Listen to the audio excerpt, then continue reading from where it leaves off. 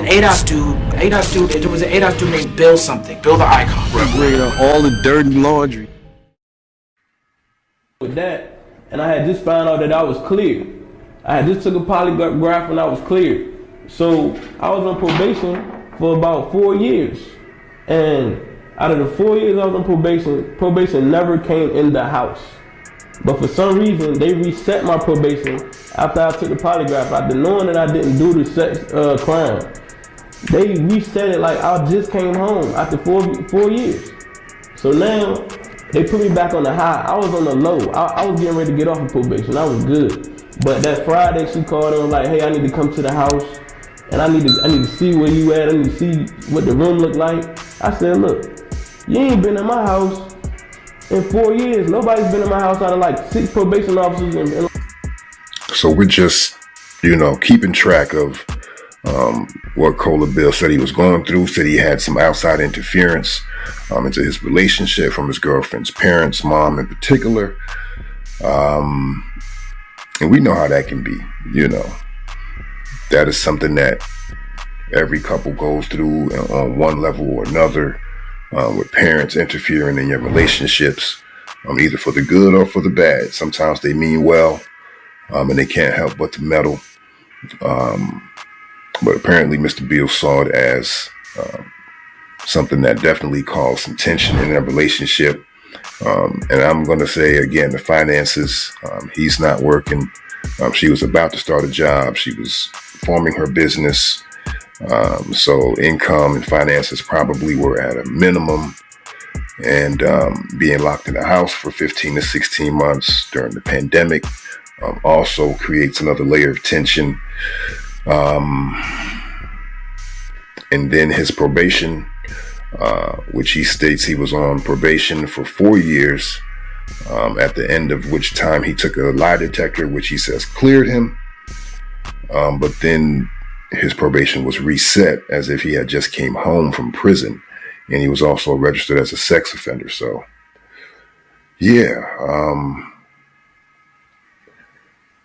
a laundry list of shit to deal with. So, and again,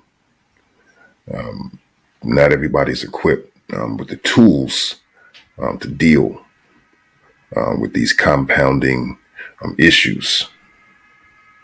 Like 4 years, why are you putting pressure on me now? And it's like 1 o'clock. You didn't tell me you was coming or anything. So telling me it's protocol, I have to do my job. This is what I'm supposed to do. I said, look, man, I already got enough stress going on right now. Me and Shorty over here trying to keep things level. I finally talked with her. She was like, she ready to go back to work. But honestly, she didn't want to go to work because she didn't want to leave me. But I said, go ahead and go to work. But her mom on this end was putting pressure on her and making her cry and break down. So then tell me what happened. You had a gun? Where did you shoot her? I shot her in the head. And then you said, But I didn't just do that. She told me. Wow. So he says he shot her in the head.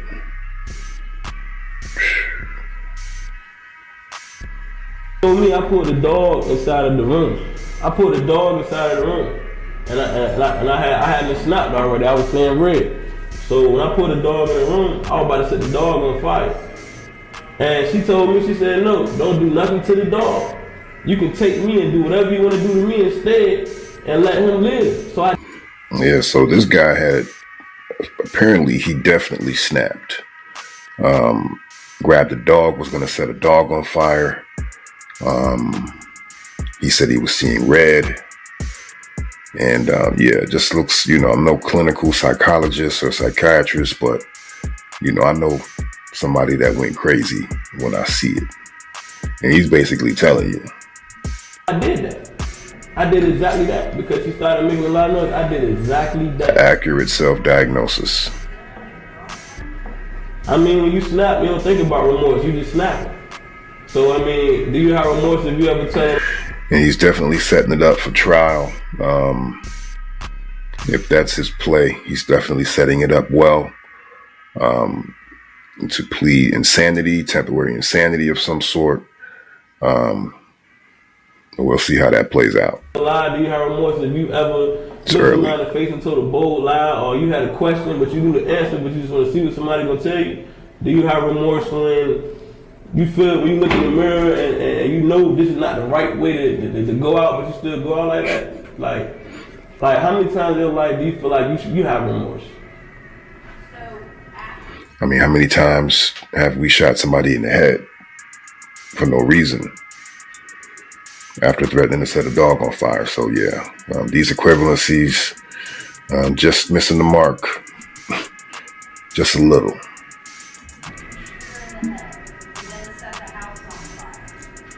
And the reason why it made me set the house on fire was to destroy evidence. Watching the cameras, like I told you, when her mom tried to get involved, when you try to get involved in some cameras, the reason why it made me set the house on fire was because even watching the cameras, like I told you, when her mom tried to get involved, when you try to get involved in somebody's relationship or you speak on the person that they with, I watch you on camera come check on her. You didn't even come and knock on the door. You just called her phone, but you didn't come in. She was dead since Tuesday. You came to the house on Wednesday. I was texting you on her phone.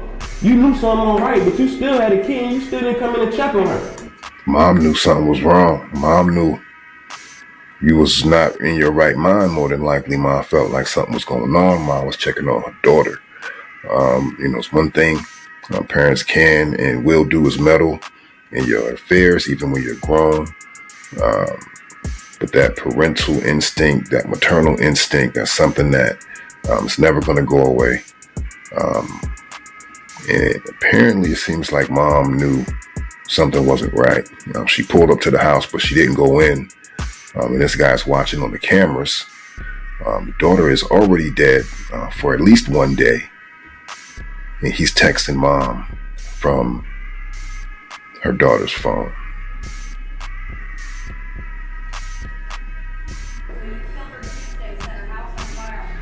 Exactly. But they came on Wednesday, and she came on Wednesday, never came inside the house.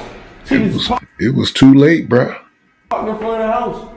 So that's what made me fight. That what made me fire, man. Like, yo, y'all, like, this is what. So it sounds like he was hoping Mom came in, or whoever she was with came in, and he was probably going to do something to them, because it was them he blamed for causing tension in the relationship with Czavi'er. So no, Mom, she was up on game. She wasn't falling for the banana in the tailpipe. In front of somebody's relationship, and you act like you want to be there, but you came all the way to the house from Suffolk, Chesapeake, borderline. You drove all the way from there, and you just parked in front of the house, and you just drove off. If you had opened up the door, you would have realized that the house wouldn't be on fire. Okay, so after you set her house on fire on Thursday, you go over to Mr. Baxter. Was he there?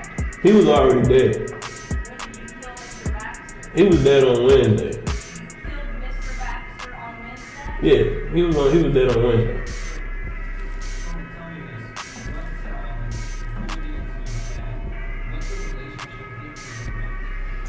So he killed the girlfriend on Tuesday. He killed Mr. Baxter, who was, I guess, apparently somebody who had raised him, and he considered him a father figure. Clifton Baxter is his name again. He basically raised me. He basically like raised me. Like I was raised with him for like 15 years, but at the same time, when I needed him the most, he wasn't there. So at the same time, when I needed this and that, just something to get on my feet, he tell me he ain't had nothing. But when I killed him, I found like $20,000. So this whole time, if you had gave me $1,000, I would have been good, just to make it back. Yes, I took. Anybody would take the 20 grand. If you hit the lotto, you gonna take the 20 grand, right? I'm just asking. I mean, you asking questions, I'm gonna ask questions too. Anybody can take 20 grand if they see it, and ain't nobody gonna stop them. So he apparently became angry with his father figure, Clifton Baxter. He asked him for some help, I guess financially. So again, he was strapped financially. He reached out to his father figure for some cash, for some help to get on his feet. He refused. Again, this is the Beale side of the story. He killed him. He found a stash of $20,000 and he took it.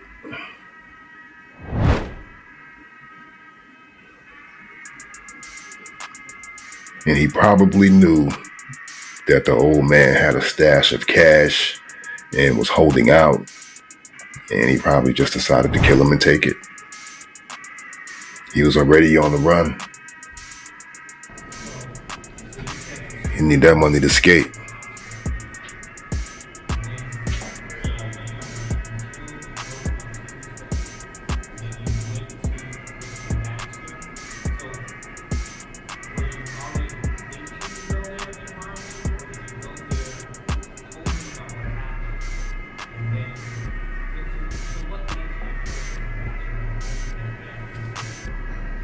Say that again. God damn.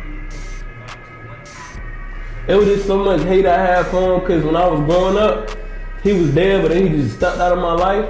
So when I finally tried to like make that bond with him, he act like he wanted to help.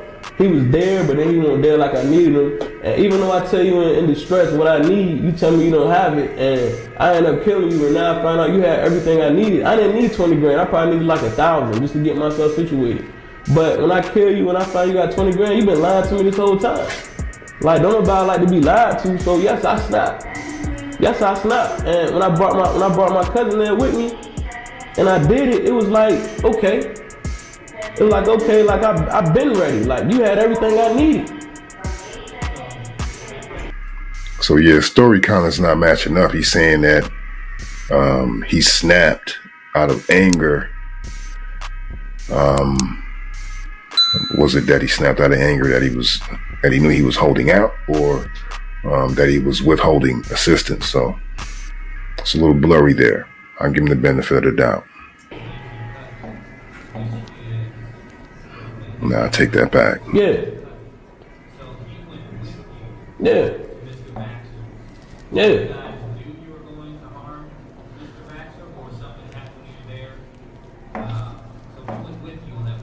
Yeah.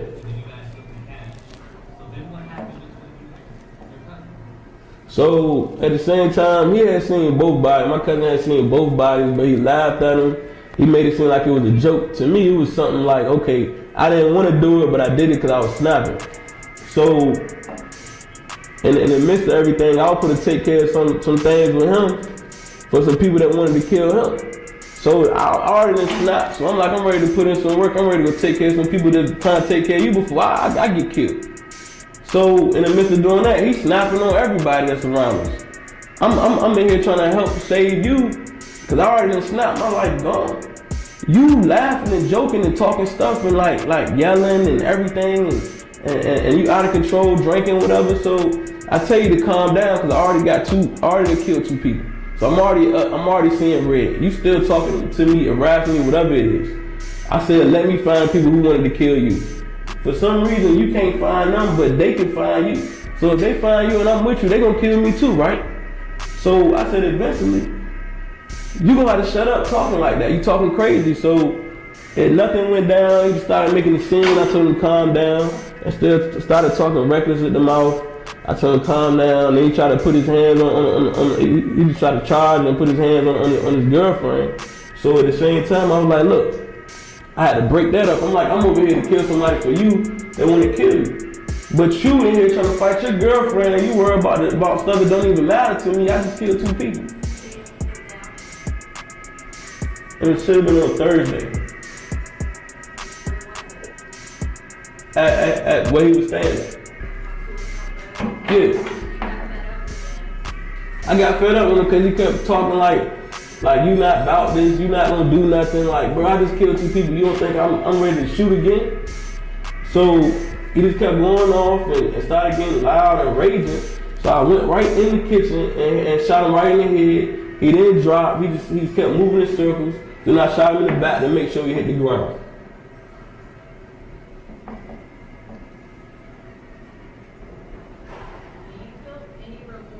I don't feel no remorse about none of this at all. When you snap, you don't think about remorse. That's not something that comes to your mind when you snapping. It's like if you pissed off, if your man cheated on you and you knew something and he ain't say nothing and you find out, what you gonna do? You gonna talk nice? You gonna think about it? No, you gonna snap.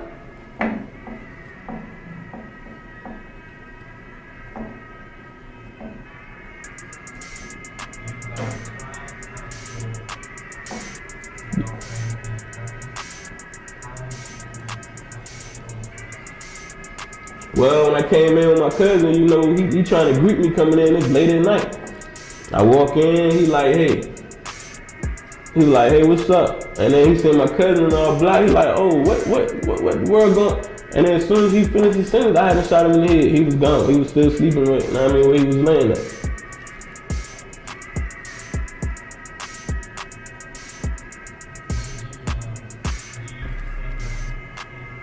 I made sure I used the same gun. See, I ain't got to worry about finding no other guns or who did it. Yes, I wanted to be known. Yes, I did it.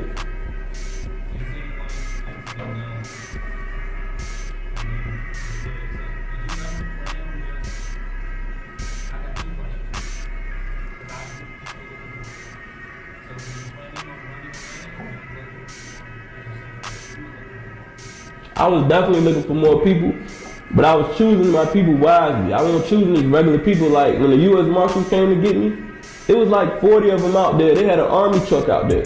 So if it weren't for the 2 kids that was next to me in the Airbnb and their family, and the girl that I had hostage with me, if it weren't for them, I would have went out shooting. But because the 2 little boys I seen playing with the ball and playing soccer, I said, you know what, I got kids. So why would I let them shoot up this house and they don't know where I'm at and they catch a bullet? Yeah, I had a girl hostage with me. That was his girlfriend. That was McLean's girlfriend. So he killed his cousin after he said he intervened, got in between them as his cousin was starting a fight with his girlfriend. But after he kills his cousin, he goes on the run and he takes his girlfriend with him. I had her hostage with me the whole time. Why? Because I told her if she leave and go talk. And again, this is his story, you know.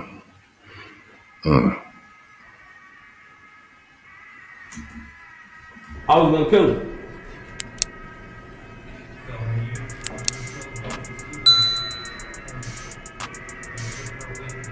Yeah. I took her with me everywhere. I told her, I gave her something that said, look, you're gonna play like you're with me. I took her shopping. I took her out to eat. And she could have been with it. And this is just the story he's given to them to, you know, get her off the hook, make sure that she's not roped in to anything that might get her a whole chunk of time as well. I took her everywhere. And even when her family was calling, I told her, you say anything other than that, I will kill you.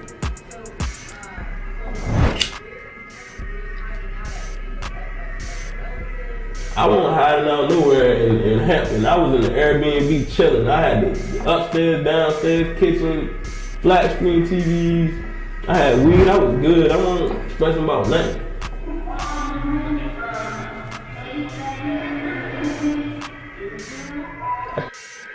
And I mean, there you have it, you know. Again, I said it's long. It's 2 parts. I just wanted to take a peek, you know, into, you know, this guy's rationale for doing what he's done. Again, this is a rare chance that we get to hear a jailhouse confession from somebody who committed such a heinous act. And this is very soon. You know, this recently happened. This story is not old at all, so we will follow up on this story if we catch wind of any developments. But I definitely want to know what you guys think. Hop down in the comments section and let me know what you think about this. You know, it's definitely an epidemic. You know, mental health issues converging seemingly on Black men. So it's definitely something to think about and something that needs to be discussed. But hop down in the comment section. Let me know what you think. If you haven't already subscribed, like and subscribe to the channel. I'm your man online, Bill Money, and I'll see you on the other side.